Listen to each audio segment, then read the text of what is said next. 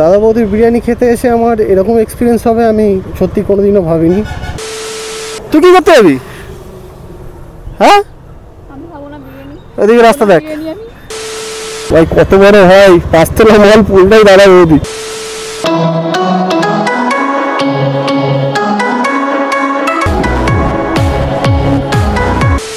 ভর্তির বিলে মুখটা একটু দেখি, ভর্তি বিলে নৌকা চড়তেছে দেখি, একটু দেখি দেখি।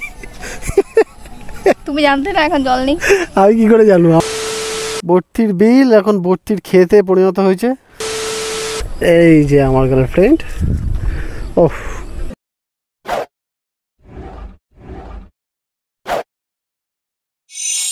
হাই, ব্যারাকপুরের অনেক কাছেই আমি থাকি, আমার বাড়ি বারাসাত, সেখান থেকে ব্যারাকপুরের ডিস্টেন্স অনেক কম, কিন্তু তারপরও আমি কোনোদিন ব্যারাকপুরের দাদা বৌদির এত ফেমাস বিরিয়ানি কোনোদিন খাইনি। অনেক শুনেছি দাদা বৌদি দাদা বৌদি দাদা বৌদি, কিন্তু কোনোদিন টেস্ট করিনি।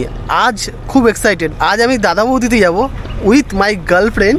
হ্যাঁ sir, yes, hair is it, এটা আমার গার্লফ্রেন্ড। ওকে, তো বেলা মনে করে গেছে, তো চলো গার্লফ্রেন্ডকে নিয়ে যাই। কি হলো, তুই উঠলি কেন? ম্যাম হ্যাঁ পাগলা, ও চালাবে, দেখি দেখি আমার চশমা পড়ে যাচ্ছে, এটা আমার। ইয়েস, তুই কি করতে যাবি? হ্যাঁ, ওদিকে রাস্তা দেখ, রাস্তা দেখতে পাচ্ছিস? কি দেখতে পাচ্ছিস রাস্তায়? সোজা হাঁটা দে, দাদা ওদিন বিরিয়ানি খাবে। হ্যাঁ, তুই বসে পড়েছিস? ও ঠিক আছে, চলো দাদা বৌদি বিরিয়ানি খেয়ে আসি। দেখো, দাদা বৌদি রেস্টুরেন্ট থেকে আমার বাড়ির ডিস্টেন্স খুব ধরলে 14 থেকে 15 কিলোমিটার। তারপরেও আজ অবধি আমি এখনও অবধি কোনো দিন দাদা বৌদিতে বিরিয়ানি খেতে যাইনি। হ্যাঁ, আমি দাদা বৌদি বিরিয়ানি সোদপুরেরটা খেয়েছি, কোনোদিন ব্যারাকপুরেরটা খাইনি। আর অনেক শুনেছি, দেখেছি ভিডিওতে যে এইরকম সেই রকম, এত পরিমাণে কোয়ান্টিটি, বড় বড় মাংসের পিস দেখে লোভ লাগে, আর টেস্ট নাকি বেস্ট, মানে পুরো বেঙ্গলে বলতে পারো যে দাদা বৌদি বিরিয়ানি বেস্ট চর্চায়। আমি বারাসাতে ডিবাপি খেয়েছি, এখনও অবধি আমার কাছে যদি বেস্ট বিরিয়ানি বলো আমার কাছে ওটাই লেগেছে। এবার দাদা বৌদির যে এক্সপেকটেশনটা আছে সেটা যদি বিট করতে পারে তাহলে ডেফিনেটলি বলবো দাদা বৌদি। কিন্তু আমি কোনো বিরিয়ানির রিভিউ করব না, কারণ সবার আলাদা আলাদা টেস্ট। এক্সাইটেড আমি দেখার জন্য দাদা বৌদি বিরিয়ানি কেমন হবে, মানে বুঝতেই তো পারছো একটা আলাদা থাকে এতদিন পর। এর আগে চাইলেই যেতে পারতাম না তা নয়, কিন্তু এর আগে হচ্ছে গিয়ে সঙ্গ পাইনি, প্লাস ঠিক আছে যাবো, কোনো বিএম করতে করতে আর আসা হয়নি। তো আজ ফাইনালি ভাবলাম যে চলো যাই, গিয়ে খেয়েই আসি, দেখি কীরকম। তো সেটাই, তো অলমোস্ট চলে এসেছি দাদা বৌদি বিরিয়ানির কাছে, আর মাত্র 4 কিলোমিটার দূর। যখন কিছু খেতে টেতে যাই না তখন মাথায় না সেইটাই চলে যে ওইটা খাবো, এরকম কিছু, মানে কেমন যেন ফিল করছি যে বিরিয়ানির স্মেলটা। চলো অলমোস্ট কাছাকাছি চলে এসেছি, টার্নিংটা নিয়ে নিয়েছি। এবার এখান থেকে মোড় ঘুরে একটুখানি ডান দিকে গেলে মোটামুটি দাদা বৌদি বিরিয়ানিতে পৌঁছে যাবো আশা করি।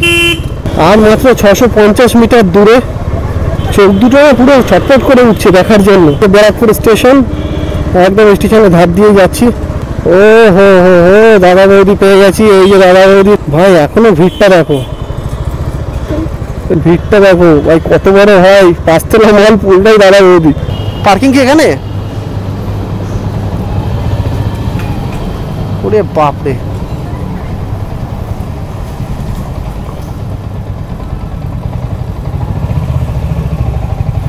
অন্ধকার জায়গা ভাই।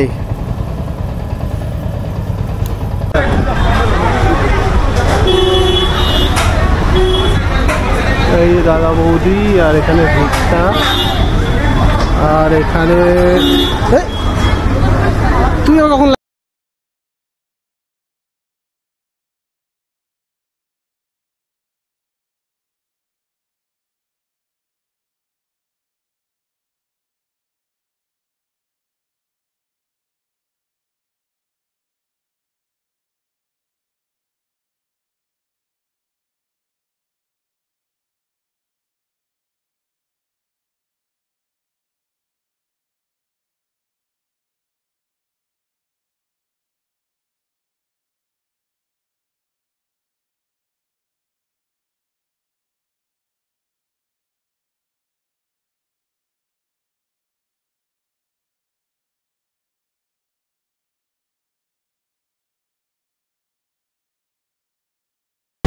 ও বিরিয়ানি খাওয়া শেষ, তো দাদা বৌদিকে বিদায় আপাতত। দেখো দাদা বৌদি সব হারিয়ে নাচবে। দাদা বৌদির বিরিয়ানি খেতে এসে আমার এরকম এক্সপিরিয়েন্স হবে আমি সত্যি কোনোদিনও ভাবিনি। না আমি টেস্টে স্যাটিসফ্যাকশান পেলাম, না মাটনের পিসে কোয়ান্টিটিও সেই রকম এভারেজ। তো খুব ভালো এক্সপিরিয়েন্স আমার দাদা বৌদি থেকে হলো না। আমার যে এক্সপেকটেশনটা যেটা ছিল যে যেই লেভেলের, সেইটা বিট করতে পারিনি। তো দাদা বৌদির বিরিয়ানি খেয়ে কেমন লাগলো? মোটামুটি মানে কীরকম বল, খুলে বল যেটা লেগেছে। কোয়ান্টিটি একে তো কম, দাদা বৌদি যা আমরা কোয়ান্টিটি এক্সপেক্ট করেছিলাম সেই তুলনায় কোয়ান্টিটি অনেক কম। আর টেস্ট কীরকম লেগেছে তোর?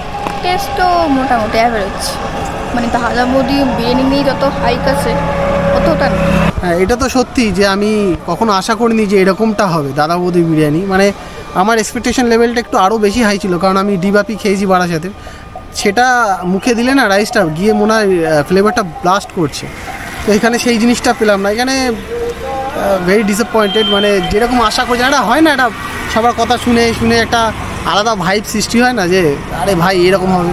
তো ওখান থেকে আচার খেয়েছি লিটারেলি। মানে হ্যাঁ ঠিক আছে চলো, একটা কোয়ালিটি বিরিয়ানি ছিল, কিন্তু ওই মানে খেয়ে আরও একবার যেতে হবে এরকম ব্যাপারটা আমার ফিল হয়। সব হাটির বিরিয়ানি যে একরকম হবে তা তো এরকম কোনো মানে নেই। বিরিয়ানি খেয়ে তো মন ভরেনি, তাই গার্লফ্রেন্ডকে নিয়ে একটু আবার তুই সর তাই আমার গার্লফ্রেন্ডকে নিয়ে একটু বর্তির বিলে যাবো মন ভরাতে। দিন আগে এসেছিলাম বর্তির বিল, আমার অলরেডি একটা বর্তির বিল নিয়ে ভিডিও বানানো আছে। তো রাস্তাটা মনে নেই, প্রায় 1-1.5 বছর হয়ে গেল। বর্তির বিলে জল টল থাকবে কি না কে জানে, জানি না, যাচ্ছি ফকটে। বর্তির বিল যাবো, রাস্তাটা চিনতে পারছি না। দাদা বর্তির বিলটা সোজা?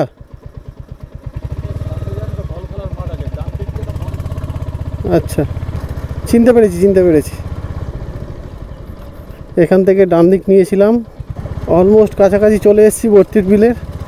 ব্যাপারটা এখন জল আছে কি না, এখন নৌকা চড়া যাবে কি না সেটা জানি না, সেটা গিয়েই জানতে পারবো। যদি না চড়া যায় তাহলে পুরো ম্যাচাকার হয়ে যাবে। এই প্রবেশ করলাম বর্তির বিলের রাস্তায়। এই মোড়টা ঘুরলে এবার চিনতে পেরে গেছি। আমি আগেরবার এসে ওইখানে গাড়ি রেখেছিলাম, খুব জাম ছিল ওই জায়গায়। বাট এখন মনে হচ্ছে জল নেই, পুরো বেকার, এখন চাষের জমি হয়ে গেছে। বর্তির বিল এখন পাট খেটে পরিণত হয়েছে, দেখতে পাচ্ছ গাইজ। বর্তির বিল এখন বর্তির খেতে পরিণত হয়েছে। আবার বর্ষাকালে বর্তির বিল আবার বিলে পরিণত হবে। চারি বর্তির বিলে মুখটা একটু দেখি, বর্তির বিলে নৌকা চড়তেছে, দেখি একটু দেখি। তুমি জানতে না এখন জল নেই? আমি কি করে জানবো? আমি কি বর্তির বিলে থাকি নাকি? হ্যাঁ দেখি, চড়বি নৌকা চড়বি, পাট খেতে গিয়ে বস থাক।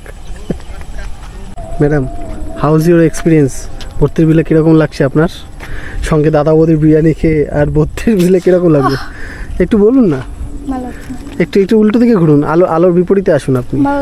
হ্যাঁ ভালো লাগছে, চারিদিকে পাট আর পাট, এত সুন্দর সানসেট, সঙ্গে চারিদিকে পাট ক্ষেত আর পাট ক্ষেত। আর এখানে আমার গার্লফ্রেন্ড। এই আবার তুই এখানে যখনই গার্লফ্রেন্ড বলি তখনই ঢুকে যায়, বেরো ফ্রেম থেকে। এই যে আমার গার্লফ্রেন্ড। ওহ, পাট ক্ষেতের মাঝখানে